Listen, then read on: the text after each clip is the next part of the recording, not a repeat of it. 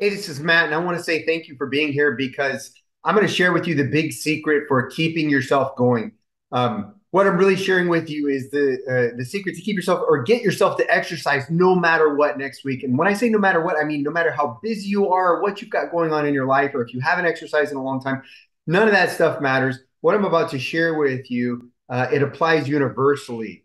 It's something that you can do to keep yourself going. That's what this actually represents for me. Is I look in long term to myself a year from now, like how do I want things to be?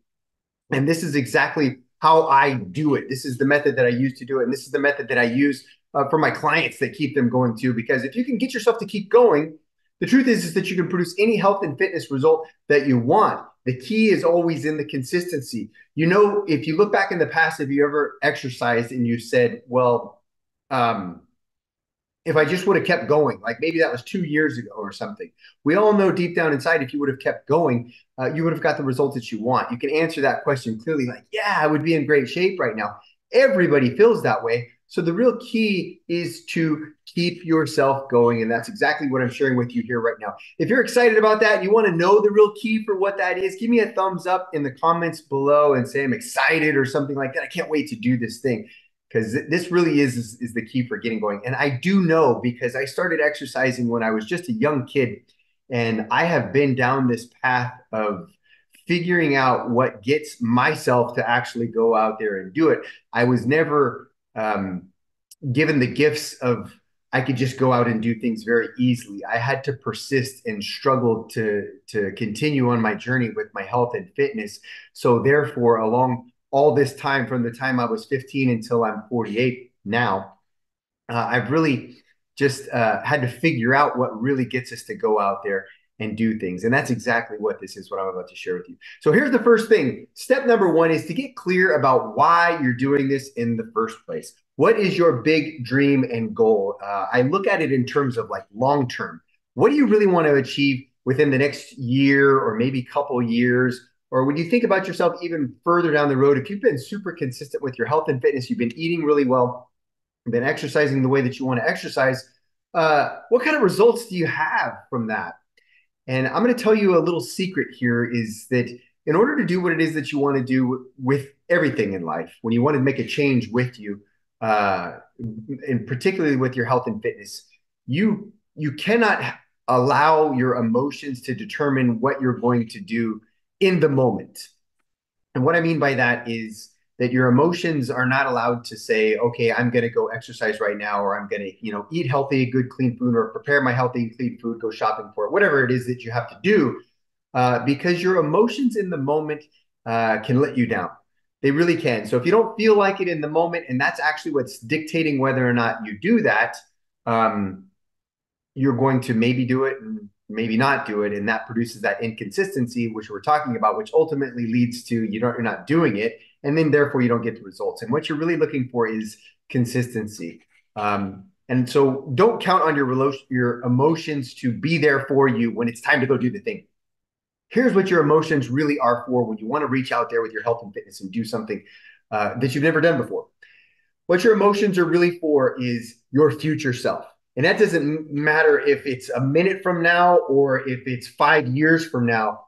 When you're seeing yourself in a space that you want to be and you really feel what it's like to have that, that's what your emotions are for. And that emotion, it's generally feels good. That's what you're going to find. And that's what dictates whether or not you take your action right now. I hope that makes sense. So we're going to break this up into three different steps, and I'm going to give you a bonus step at the end too to really lock it in. But your first step is to get clear why you really want to do this on your big dream and your goal. Why do you want to do this in the first place? And you really want to reach out there to 6 months, a year, several years into the future if you want of what you really, really want to achieve with your health and fitness. And I'm not talking about what you think you can achieve because you have no idea what you're actually capable of if you just get consistent with this. Really look at it from the point of view of what is it that I want to achieve, and then start to feel into those moments in your life. Like, what does that mean in my marriage? If I'm in really, really great health and fitness shape, the type of health and fitness that I just really dream about being in, how does that play out in my marriage? or maybe I'm not married and I do want to attract a partner. So how does that change things for me when I'm attracting a partner? How do I interact with my kids? How do I interact with my parents? Am I more apt to go out in the world and be more energetic? Do I get out of bed in the morning more energetic? And you really start to answer all of these questions from all these different scenarios. And what they're going to do is they're going to ignite this fire in you that I want that. I really, really want that. And that's really what it's igniting is at the base of you as a human, you're designed. This is what really moves us through space as humans, is that we're designed to move away from things that causes pain, and we're designed to move toward things that we see as pleasurable or things that we want. So you're really building into this image of I want that. And when you get clear on what that is, you can literally do that in 5 minutes. You're going to write that out, why all those things matter in all those different scenarios. Like I said, my marriage, my family, all those at work, social settings, anything that popped to mind. When I'm in the type of shape that I really, really want to be in, what does all that feel like? And when you get done with that, we're going to reduce that down into a small, like the shorter term goal, right? You start to think down as like, what are the small results that I need to get in order to achieve that big dream? Let's suppose that your big dream and goal was to lose weight. Maybe you want to lose 30 pounds or something like that. Excuse me. What do I need to lose per week in order to get my 30 pounds in a reasonable amount of time? And I mean, really be reasonable about this. Don't say I want to lose 15 pounds a week because that's just too harsh. That's too drastic. That never sticks. Something more reasonable would be something like losing a pound, a half a pound, or maybe up to 2 pounds per week, but something that's not going to cause so much distress that you, again, lose your consistency. So we look at the small term goal, as be it within the week or the month or whatever it is, and we go, well, what is that? I'm going to lose a pound a week, let's say. And you can fast forward right now when you see yourself a week from now actually getting those results. How does that feel?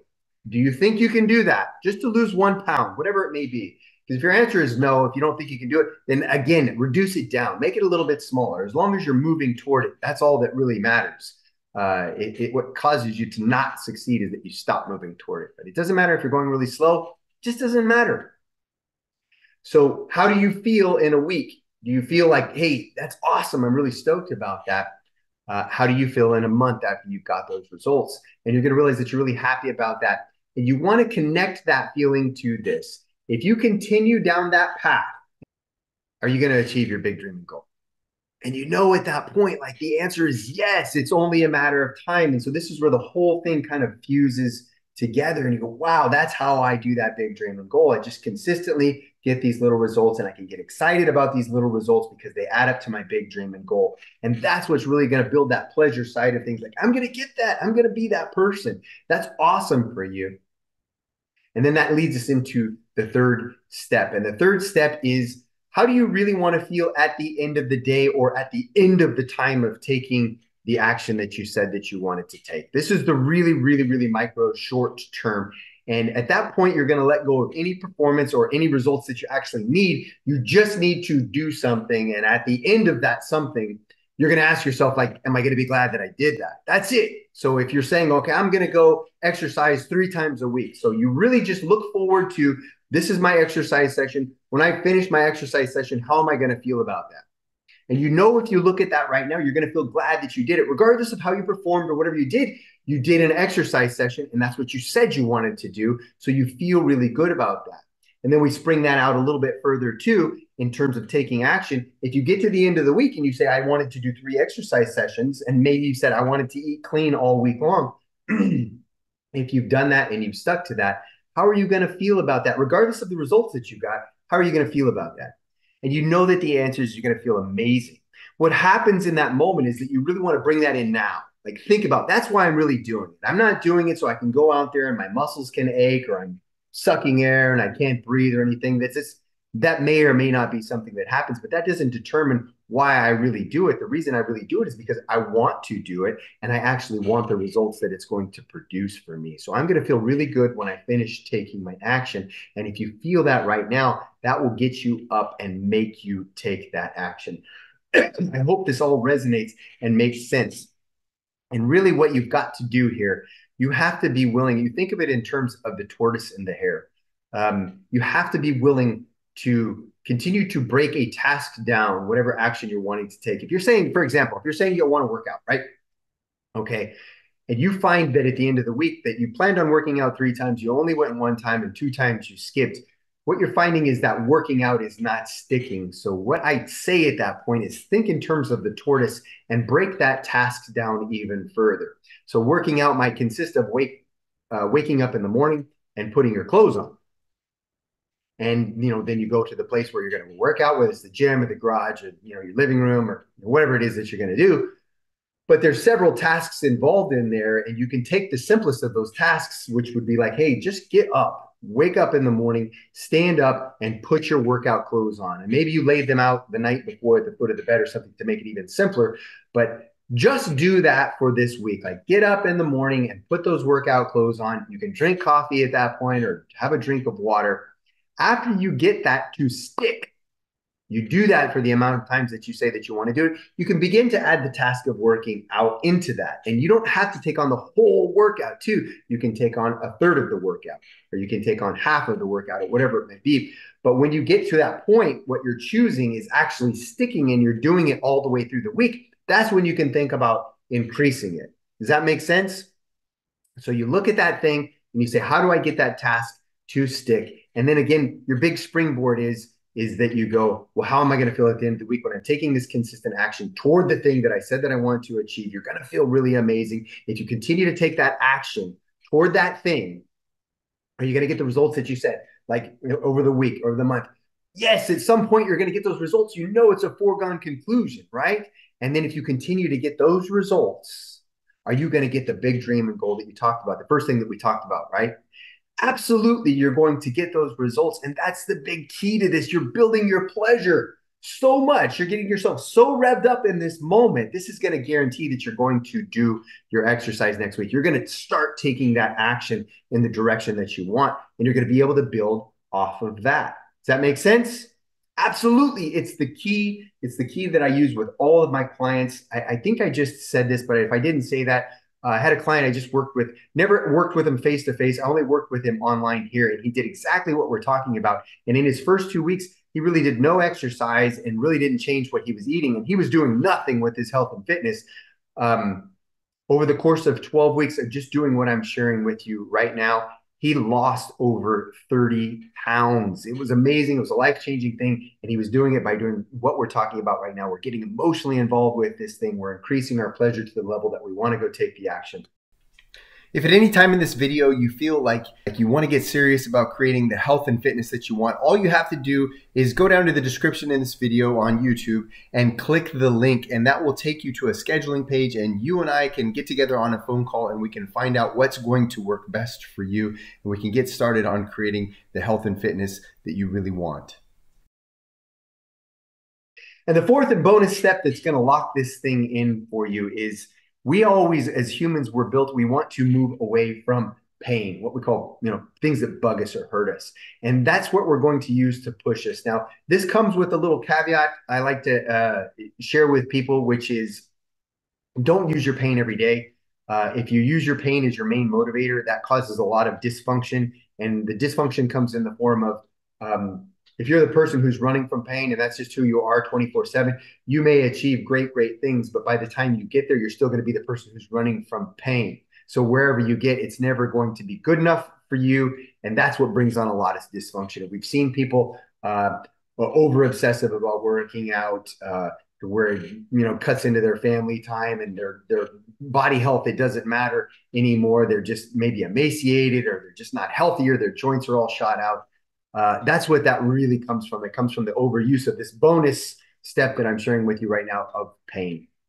But you do want to use your pain in those moments where you just can't quite get the pleasure to get you to go move out there. And that's when you reach for the big power of the pain. And the pain comes from this. You ask yourself the question, is that, what, if I don't get these results, if I don't change my health and fitness in the next 6 to 12 months, what does that really look like for me? What does my, what does my family life look like? My marriage, are we taking a trip as a family? Is it going to be summer? Do I have to go to some kind of event? Maybe you're having too much, your body's just not the way you want it to be, like in terms of the clothes that you're going to wear, or maybe when you're taking your clothes off, for whatever reason you're taking your clothes off, if it's to jump in the pool or to sunbathe or go on vacation, like really feel right now, if you don't change anything in your health and fitness, or maybe even your health and fitness declines in the next 6 to 12 months, how does that play out in your life? How are you going to experience things? And you notice when you think about that, it feels really yucky, right? And you don't want that. You get real with it. What you do is you bring that pain into that moment. You go, oh man, I don't want that at all. And that's what pushes you toward to do your exercise too. And we're going to take it a little bit deeper here because the second part of this pain thing is if you ask your question, if you're not doing it in the next 6 to 12 months, that can springboard over to the rest of your life. So what really happens for you if you don't change your health and fitness for the rest of your life, and or maybe your health and fitness continues to decline? Like, how does that play out in your life? How many vacations are you missing? How many times do you have to go to family events and not feel well? Are there people at the end of is your life shorter? Is there people at the end of your life that have to take care of you in a way that you wouldn't want them to do or whatever? But really kind of think about this and play it out. Your health and fitness does not get any better at the end of your life. For the rest of your life, I should say, like, what does that really feel like for you? And you're going to notice like you've got a strong, strong motivation to make sure that that never happens, right? That's why this is the fourth bonus. This one really just kind of knocks it out of the park and it's guaranteed to get you moving. The last question for the pain is who else is counting on me to go out there and be as healthy and fit as I can be, whether that's your kids, your parents, people you work with, whatever it may be in your life. We all have loved ones in our life. And when we think about how we're letting them down by not going out there and being the best version of ourselves that we can be, that is going to be the final one that really pushes you to go out there and achieve all the health and fitness that you want and you deserve. So I hope you take all this information and you use it to go out there and create the health and fitness that you want. I want you to know that I don't look at myself. I am a very healthy and fit person. I walk around at probably about 6 to 7% body fat and about 175 to 180 pounds, and I'm 48 years old. I don't have great genetics, and I don't have a great work ethic, and that's why I take the time to share what I share with you on these videos, because I don't believe I possess anything that you two can't have.